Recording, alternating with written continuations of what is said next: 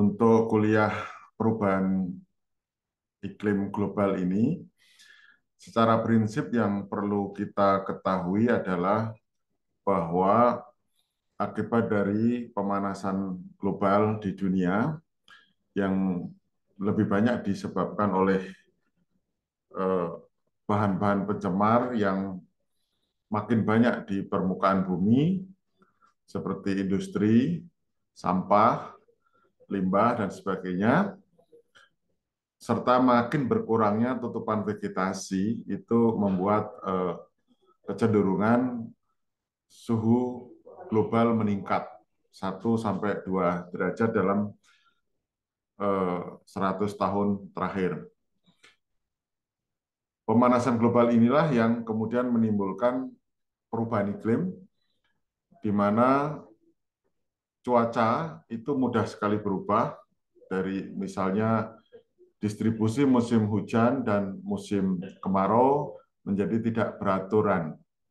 Hal ini terjadi karena peningkatan suhu ini otomatis akan mengganggu atau mempengaruhi anasir-anasir atau faktor-faktor dari iklim seperti angin, suhu, ya, suhu otomatis yang tadi berdampak, kemudian kelembaban udara yang pada akhirnya akan berpengaruh kepada distribusi hujan, angin, dan sebagainya. Sehingga muncul cuaca ekstrim seperti curah hujan yang sangat deras atau juga suhu yang sangat tinggi atau angin yang sangat kencang yang biasa kita sebut sebagai badai topan atau angin puting beliung.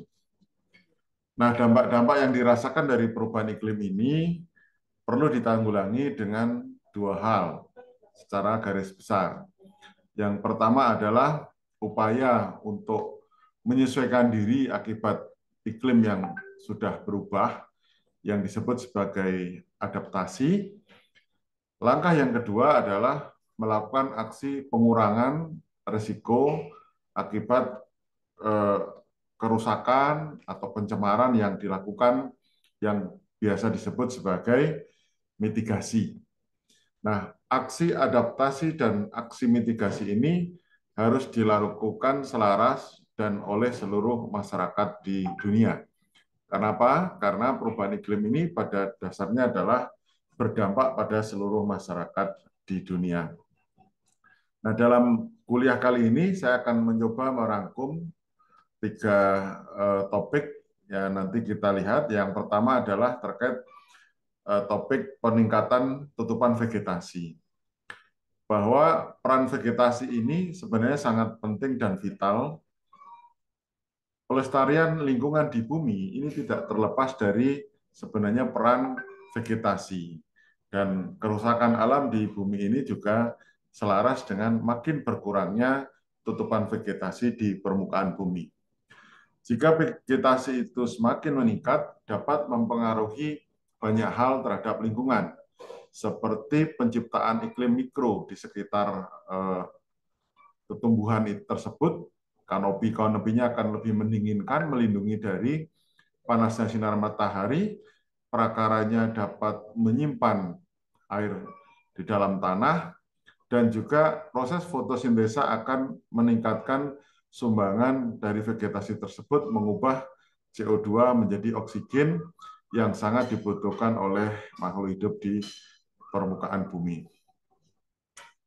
Ada sebuah pepatah yang menarik dari upaya konservasi yang perlu kita renungkan, yaitu ini kaitannya dengan ilmu kecocokan atau kesesuaian lahan. Dikatakan bahwa kalau mau menanam kelapa, minumlah air laut. Kalau mau menanam cengkeh, lihatlah ke laut. Kalau mau menanam pala, jangan minum air laut dan jangan lihat laut. Ini maksudnya adalah bahwa tanaman kelapa itu tanaman yang mampu beradaptasi dengan kondisi pesisir pantai yang banyak mengandung garam. Jadi sampai tepi laut, tanaman kelapa ini masih bisa tumbuh dengan baik.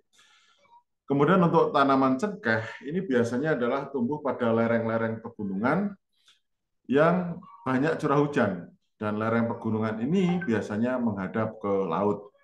Sedangkan untuk tanaman pala, ini kecenderungan adalah pada dataran tinggi yang kondisinya kering, yang biasanya punggungan lereng gunung atau perbukitan yang membelakangi dari posisi terhadap laut. Nah, ketika kita bicara tentang tutupan vegetasi, kita perlu melihat proses penilaian yang dilakukan oleh bidang Kementerian Kehutanan yang menilai tentang lahan kritis. Jika kita cermati berdasarkan SK tahun 2001 ini, maka penilaian itu 50% ditentukan oleh penutupan lahan. Dalam hal ini adalah tutupan vegetasi, dan vegetasi yang dianggap bisa masuk dalam kriteria ini adalah vegetasi tanaman tahunan atau biasa disebut sebagai tanaman kehutanan. Nah, jika Anda misalnya membaca peta atau data bahwa di suatu lahan itu disebut sebagai lahan kritis menurut versi mereka, maka ini belum tentu dikatakan sebagai lahan yang gersang atau tandus. Bukan pula lahan yang tidak subur. Kriteria lahan kritis menurut kriteria ini adalah cenderung pada penilaian lahan yang tidak ada tutupan vegetasi kehutanan. Ini yang harus dipahami. Nah, kita juga bisa belajar dari fenomena ini bahwa banyak kejadian di Sumatera, Kalimantan, Sulawesi, Papua, dan juga di Jawa, banyak hutan-hutan yang ditebang menjadi seperti ini. Anda bisa melihat tutupan vegetasi semakin berkurang, ini berdampak buruk bagi lingkungan. Jadi misalnya ketika banyak tanaman akan rindang, suhunya cenderung rendah, sejuk, asri, tapi ketika tanaman itu ditebang, itu akan menyebabkan suhu makin meningkat karena tidak ada lagi produksi oksigen dari tanaman-tanaman yang ada di situ. Anda bisa mungkin terinspirasi dengan gambar ini bahwa jika berada di bawah pepohonan, kita dapat merasakan nikmatnya, sejuknya dari suhu yang tereduksi menjadi lebih rendah, kemudian adanya produksi oksigen yang makin meningkat. Itulah untuk bisa menjelaskan kenapa ketika kita duduk di bawah pepohonan yang rindang di pagi, siang, sore hari akan terasa lebih sejuk dan menyegarkan. Karena suplai oksigen yang ada di lokasi itu akan makin besar.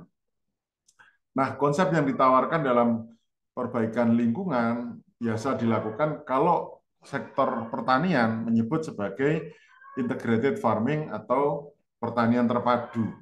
Sedangkan untuk tanaman kehutanan disebut sebagai wanatani atau agroforestry.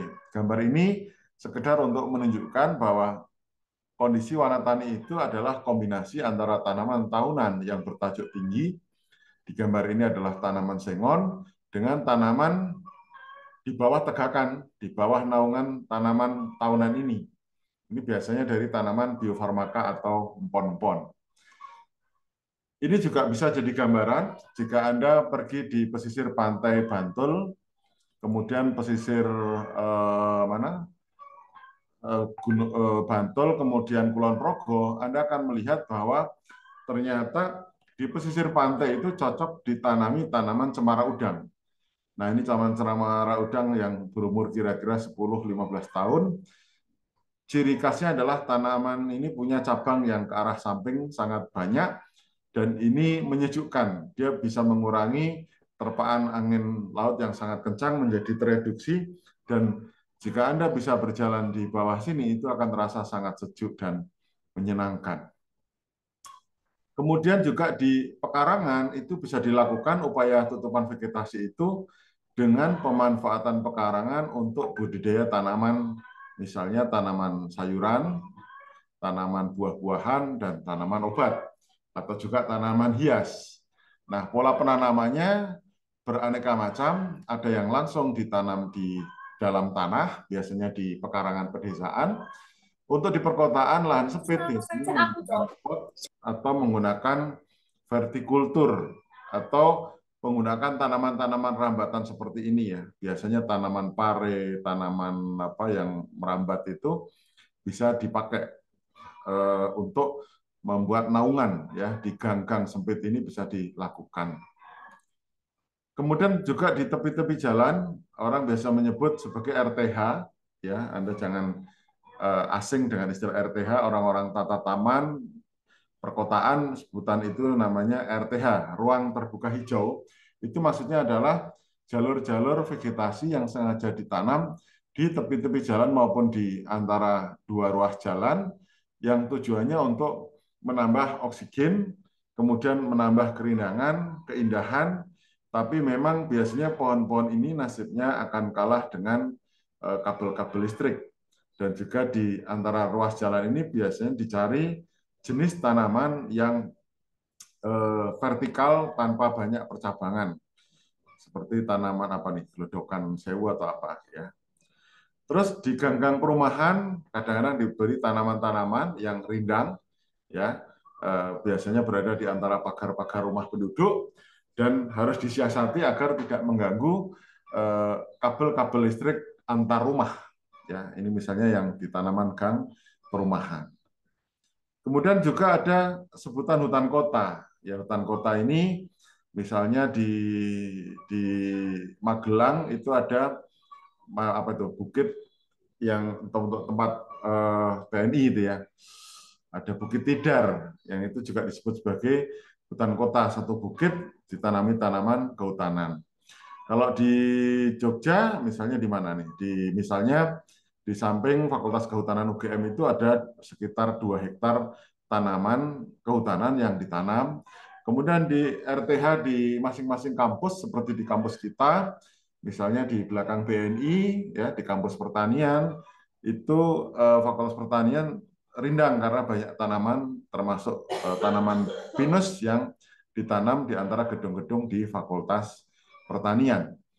Kemudian juga di lahan-lahan kritis itu ada juga upaya untuk meningkatkan tutupan vegetasi dengan penanaman. Nah, penanaman ini untuk orang kehutanan biasa menyebut gerakan rehabilitasi hutan.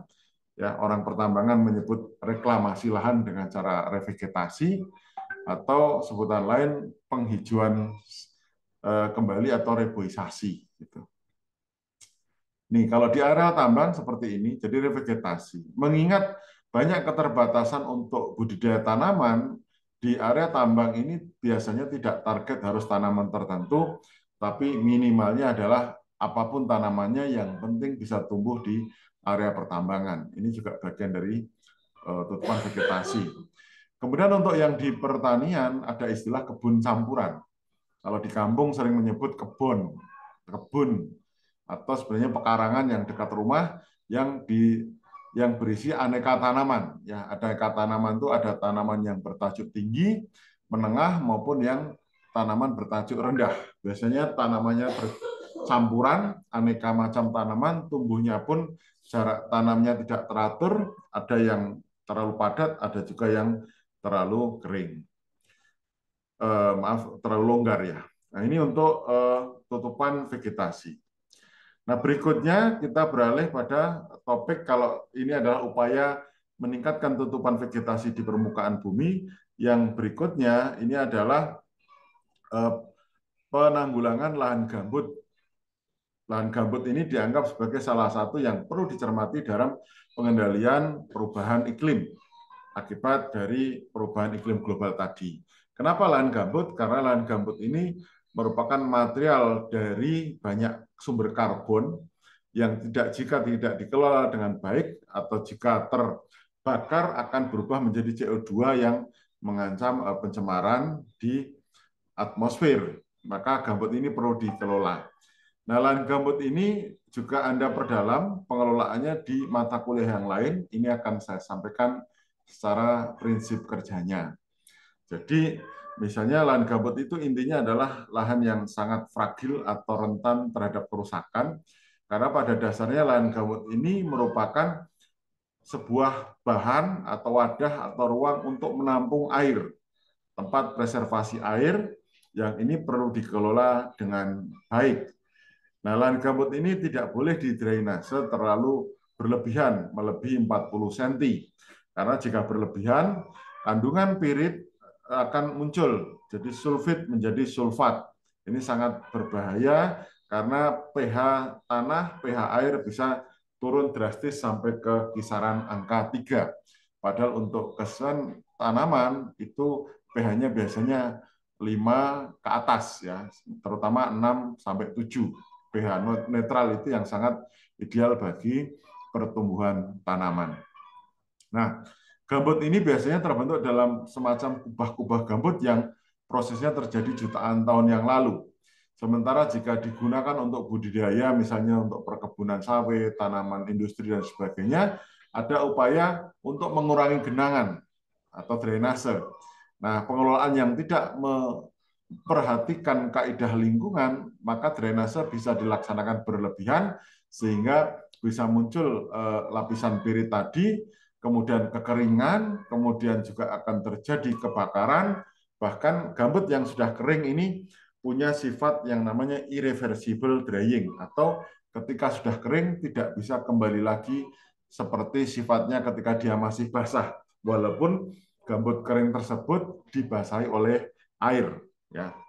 Maka karena kerentanan ini, pengelolaan gambut terutama yang dominan ada di Kalimantan untuk di Indonesia, lalu sebagian pesisir timur Sumatera, sebagian ada di Papua, sedikit di tempat yang lainnya. Kalau di Indonesia, maaf, di Jawa dan Yogyakarta, yang terdekat bisa Anda kunjungi adalah di Rawapening dan gambut yang terdapat di Balai Kambang Dataran Tinggi Dieng. Nah, dua gambut ini terkenal sangat subur karena gambutnya berasosiasi dengan material-material vulkanik yang berdekatan dengan sumber-sumber gunung api. Beda halnya dengan gambut yang di Kalimantan dan Sumatera, mereka jauh dari sumber gunung api sehingga mempunyai tingkat kerentanan yang tadi saya jelaskan. Nah, bagaimana pengelolaan gambut? Intinya gambut ini drainasenya tidak boleh terlalu berlebihan, boleh digunakan tapi drainasenya tidak boleh lebih dalam dari 40 cm. Itu secara prinsip kerjanya dari pengelolaan lahan gambut tersebut. Nah, ini adalah contoh bahaya-bahaya yang ditimbulkan dari pengelolaan lahan gambut yang tidak memperhatikan kaidah konservasi, yaitu kekeringan, banjir, amblesan atau subsiden, ya, pematangan gambut, emisi CO2, bahaya kebakaran, dan sebagainya. Nah, gambut ini bisa berasosiasi dengan batuan atau material dari mineral, ya, tanah mineral, ya, tergantung tempatnya. Biasanya kalau gambut yang berasosiasi dengan tanah mineral di Kalimantan dan Sumatera itu berada di tepi-tepi sungai dan pesisir pantai. Kenapa? Karena di situ ada distribusi material dari tanah mineral yang terbawa oleh sungai, sehingga mereka terlonggokkan atau tersedimentasi di tepi-tepi sungai dan pesisir. Nah, gangguan-gangguan yang gambut ini perlu dikelola. Prinsipnya adalah perbaikan tata air. Apalagi kalau gambutnya berada di area pasang surut, itu harus bisa memanfaatkan situasi. Ketika air banyak, maka sebagian genangan harus dikurangi. Tapi ketika terjadi surut, maka air-air yang ada di lahan gambut itu tidak boleh didrainase secara berlebihan. Itulah kenapa di dalam perkebunan sawit yang di area gambut ada yang disebut sebagai manajemen sekat kanal. Kanal itu adalah saluran air, sekat-sekat itu adalah upaya membatasi, ya, termasuk sekaligus untuk mengalirkan air. Jadi ketika air berlebihan, sekat kanal itu dibuka agar aliran air berjalan. Tetapi kalau ketika air itu sedang berkurang di musim kemarau atau sedang surut, maka sekat kanal itu ditutup agar genangan air dapat dipertahankan sedemikian rupa sehingga kedalamannya tidak boleh melebihi, saluran drainasenya itu tidak boleh melebihi 40 cm. Ini terkait dengan lahan gambut, ya. Ini adalah contoh gambar-gambar di lahan gambut. Kadang-kadang ada juga pengelolaan lahan gambut dalam rangka meningkatkan pH, itu dilakukan pembakaran, sehingga ada sebagian dari masyarakat yang punya pola di bulan Agustus melakukan pembakaran lahan. Hal ini secara sosial cukup dimaklumi karena semak belukar di lahan gambut itu bisa mencapai 2-3 meter. Berbeda dengan semak belukar yang ada di Jawa, umumnya misalnya ilalang atau rerumputan itu hanya setinggi lutut atau paling tinggi adalah setinggi pinggang orang dewasa. Ya. Sehingga ada upaya-upaya untuk kalau di Jawa bisa dibersihkan dengan ngarit atau sabit, kalau di luar Jawa itu cara cepatnya dengan pembakaran. Tapi upaya pembakaran ini jika tidak terkontrol dapat terjadi perluasan pembakaran yang berdampak pada kerusakan lingkungan, jadi gambut yang meluas. Nah, ada peristiwa yang terjadi karena pembakaran yang sifatnya terbatas, ada juga yang tidak terkendali sehingga dia bisa menjangkau puluhan hektar di waktu yang bersamaan. Terus kemudian yang terakhir, jadi ini biar Anda mendapatkan materi yang secara penuh begitu. Nah, yang terakhir adalah kupasan terkait dengan kelembagaan. Jadi ketika aksi adaptasi dan mitigasi itu terjadi, aksi adaptasi dan mitigasi itu terjadi, kita akan membutuhkan sebuah gerakan yang dikelola oleh para kumpulan paru manusia yang disebut sebagai kelembagaan. Ini bisa dilihat ya tampilannya kelembagaan. Ya, kita coba slideshow. Nah, terkait kelembagaan ini perlu dikelola dengan baik agar apa? Agar semua bisa berjalan dengan baik. Karena kelembagaan itu intinya adalah menginisiasi, ya, memulai, mengorganisir, mengatur, menggerakkan dalam rangka apa? Aksi adaptasi dan mitigasi perubahan iklim. Kemudian juga perlu dukungan keberlanjutan, karena gerakan itu kalau hanya masyarakat saja, biasanya mereka kekurangan dana, kekurangan jaringan, sehingga mereka membutuhkan dukungan dari pemerintah, dari perguruan tinggi, dari perusahaan, dari NGO, dan dari pihak-pihak lainnya yang bisa bersinergi dengan gerakan yang dilakukan oleh masyarakat. Kemudian tapi dalam gerakan kelembagaan ini biasanya juga dibutuhkan legalitas, sehingga jelas aturan mainnya, siapa ketuanya, bagaimana struktur organisasi, bagaimana aturan tugas pokok dan fungsi, ya, dan bagaimana kaderisasi. Kebanyakan kelompok masyarakat itu didominasi oleh kaum manula, 50 ke atas, padahal mereka juga butuh regenerasi dari kader-kader muda. Juga gerakan kelembagaan ini biasanya yang diukur adalah faktor seperti identitas dari lembaga itu, struktur organisasinya, ya, program kerjanya seperti apa. Ini adalah pendataan lengkap yang biasa dilakukan di Proklim yang juga bisa dijadikan rujukan untuk pengelolaan kelembagaan lain yang ada di masyarakat yang intinya bersama-sama dalam melakukan aksi lingkungan. Kemudian juga bagaimana aturannya, kaderisasinya seperti apa, juga dukungan kebijakan, termasuk kearifan lokal yang dipakai. Beberapa kebijakan lokal itu malah kadang-kadang lebih bertuah dibanding aturan-aturan yang berasal dari pemerintah. Contohnya adalah kebiasaan masyarakat melindungi mata air dengan membuat semacam pagar di antara sumur yang mengandung mata air tersebut. Kemudian ada aturan yang dipercaya lokal untuk tidak mencemari lokasi itu dengan kotoran manusia, hewan, dan juga sampah. Sehingga itu dapat selalu terjaga sumber mata air itu sebagai sumber kehidupan yang berkelanjutan. Ini kearifan lokal, juga termasuk kebijakan desa sampai kecamatan, kabupaten, kota, apakah mereka juga mendukung aturan yang dilaksanakan oleh si kelembagaan tersebut.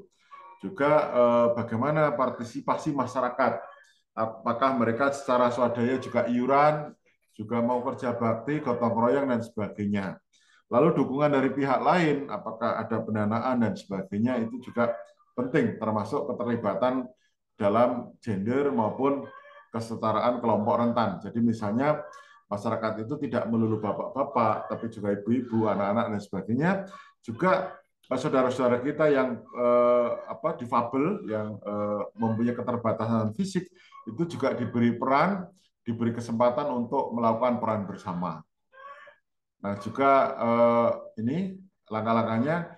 Lalu bagaimana mengembangkannya? Biasanya mereka meningkatkan informasi dengan dukungan tokoh-tokoh lokal, teknologi yang digunakan, membangun komunikasi dan kemitraan dengan pihak lain, serta program-program lainnya yang itu bisa digerakkan ke berbagai pihak. Ya, ini contoh-contohnya. Nah, terus kemudian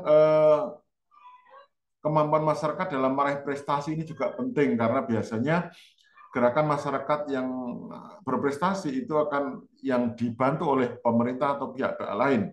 Sementara masyarakat yang masih berjuang merintis kegiatan itu biasanya kurang mendapatkan peran yang banyak atau bantuan dari pihak lain gitu. Nah, gerakan pelestarian lingkungan di masing-masing lokasi itu juga dari berbagai instansi kadang-kadang mempunyai judul-judul yang berbeda. Tapi muaranya berada pada kegiatan yang relatif sama. Misalnya Desa Tangguh Bencana, Desa Mandiri Energi, Desa Peduli Lingkungan, Kampung KB, Desa Sehat Iklim, dan sebagainya. Kemudian bagaimana dukungan dari pihak luar terhadap kegiatan tersebut? Ya, misalnya dukungan dari tadi yang saya sampaikan pemerintah pusat sampai pemerintah desa, dari dunia usaha atau perusahaan, dari perguruan tinggi, dari LSM dan sebagainya. Terus kemudian konsistensi dalam kegiatan itu juga penting. Jangan sampai kita ada istilah itu anget-anget tayayam. Pas awal-awal kelihatan rajin, tapi kemudian tidak ada kabarnya. Ya, konsistensi kegiatan, terus kemudian data-data juga penting. Makanya gerakan masyarakat itu perlu generasi muda untuk pengarsipan. Biasanya kalau kita ke masyarakat ada daftar apa namanya buku tamu, daftar hadir, dokumentasi, kerjasama, sertifikat, penghargaan, piala dan sebagainya itu membangun eksistensi sehingga dia makin terlihat perannya di masyarakat, ya, pencatatan data dan sebagainya. Kemudian yang terakhir adalah bagaimana agar gerakan masyarakat dalam melakukan aksi pengendalian perubahan iklim ini bisa bermanfaat secara ekonomi, sosial, dan lingkungan, ya. Secara ekonomi, sosial, dan lingkungan. Jadi secara ekonomi itu menguntungkan, ya. Ini Anda bisa lihat secara ekonomi, misalnya masyarakat meningkatkan kesejahteraannya, pendapatannya. Secara sosial, kegotong royongan, pemberdayaan masyarakat, komunikasi, publikasi itu meningkat juga. Dan secara lingkungan itu makin meningkat. Misalnya munculnya sumber mata air baru, kesuburan tanah meningkat, peningkatan tutupan vegetasi, ya, pengurangan longsor dan sebagainya. Ini sangat penting dilakukan gitu. Mungkin itu. Jadi ini saya coba review adik-adik sekalian 3 kuliah sampai akhir karena ini bisa untuk menjadi rujukan Anda nanti ketika belajar bisa langsung tahu inti-intinya adalah seperti apa. Nah, silakan masih ada waktu 8 menit. Jika ada pertanyaan, saya persilahkan mungkin 1 sampai 2 pertanyaan. Monggo.